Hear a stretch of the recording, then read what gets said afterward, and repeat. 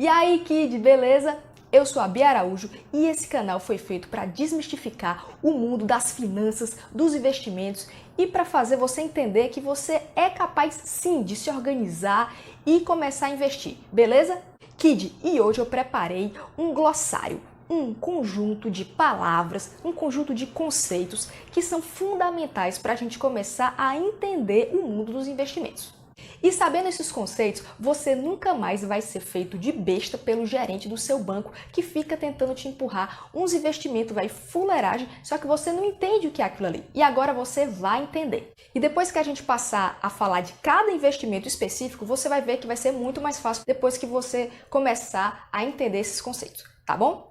Então, se você gosta desse tipo de conteúdo, se inscreve aqui no canal, dá aquele joinha para eu saber se você está curtindo os vídeos que eu estou produzindo. Aproveita e compartilha também com aquele seu amigo liso para vocês começarem a manjar de vez dos paranauê dos investimentos, tá bom?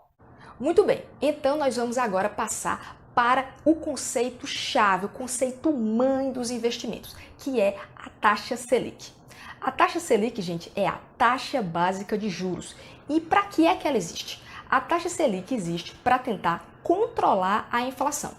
Eu não sei se todo mundo aqui se lembra, mas nas décadas de 80, de 90, o Brasil viveu uma inflação gigantesca, era um período de hiperinflação. A inflação chegou a bater 80% em um único mês nessa época.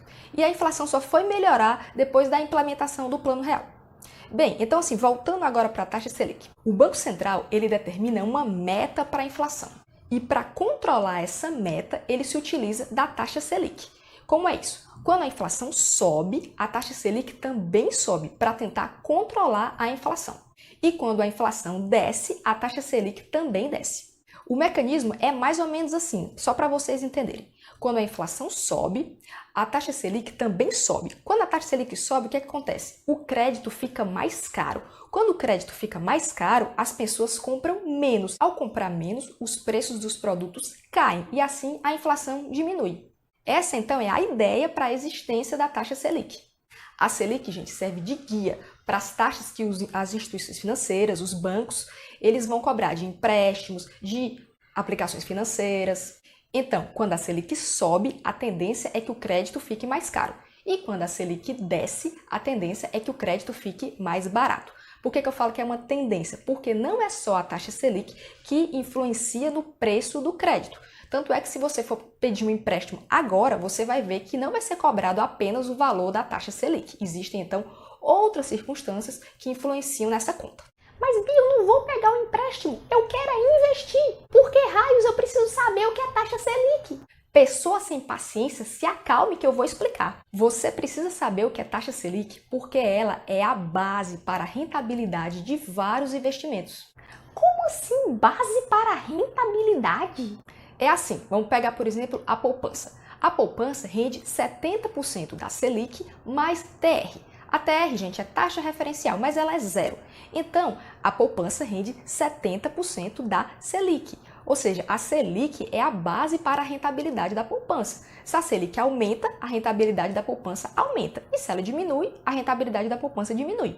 O Tesouro Selic, que é um investimento que a gente faz a partir do Tesouro Direto, ele rende 100% da Selic. Ou seja, a Selic também é a base para a rentabilidade desse investimento.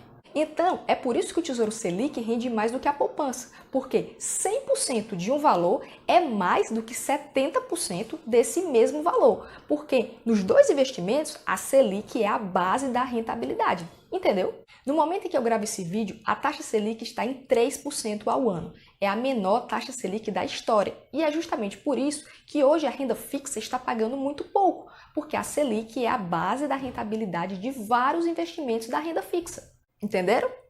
Então, o próximo conceito que a gente vai tratar aqui é o CDI. O que é o CDI? É o Certificado de Depósito Interbancário. Isso é uma taxa, é a taxa que os bancos emprestam dinheiro um para o outro. Mas o que é que isso importa para a gente mesmo na questão de investimentos? É porque o CDI é a base para a rentabilidade de vários investimentos. O CDI, gente, ele é sempre um pouquinho abaixo da Selic. O CDI é o primo invejoso da Selic. Por exemplo, hoje a Selic está em 3%. Então o CDI está quanto? Ele está 2,9%.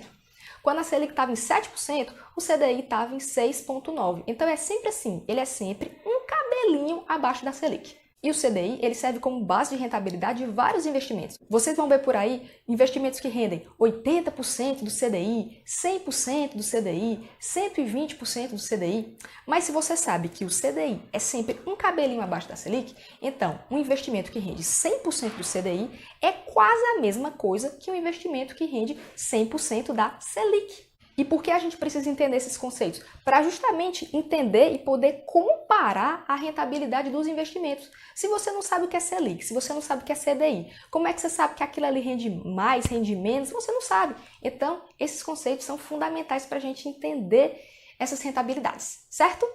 Passando agora para o próximo conceito, a gente vai falar do IPCA. IPCA é o Índice de Preços ao Consumidor Amplo. E esse índice é o principal índice que mede a inflação, ou seja, o IPCA é a inflação.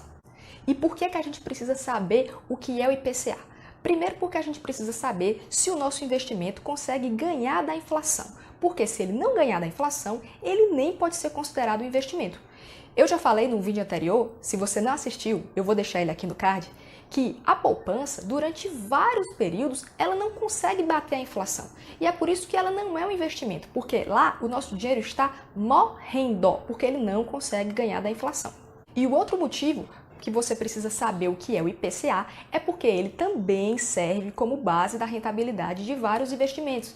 Você pode pegar um CDB, por exemplo, que paga IPCA mais 3%. O que é isso? Ele vai te pagar a inflação daquele período mais 3%. Então, vocês conseguem perceber que se a gente não souber o que são essas letrinhas, a gente não consegue entender nada.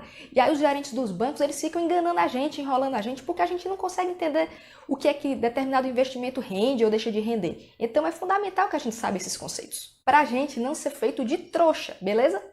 Outro conceito que eu quero trazer aqui para vocês é o conceito de liquidez. O que é liquidez? É o tempo em que você pode sacar o seu investimento. Por exemplo, se você tem liquidez diária, como é o caso da poupança, você pode retirar o seu dinheiro a qualquer tempo. Existem vários CDBs que têm liquidez diária. Você também pode sacar eles a qualquer tempo, desde que seja dia útil. Já existem outros investimentos que só possuem liquidez no vencimento. Por exemplo, se você compra um CDB com vencimento em 2025 e ele só tem liquidez no vencimento, você só vai poder retirar o seu dinheiro em 2025. Em alguns casos, você pode até retirar antes, mas você vai perder dinheiro.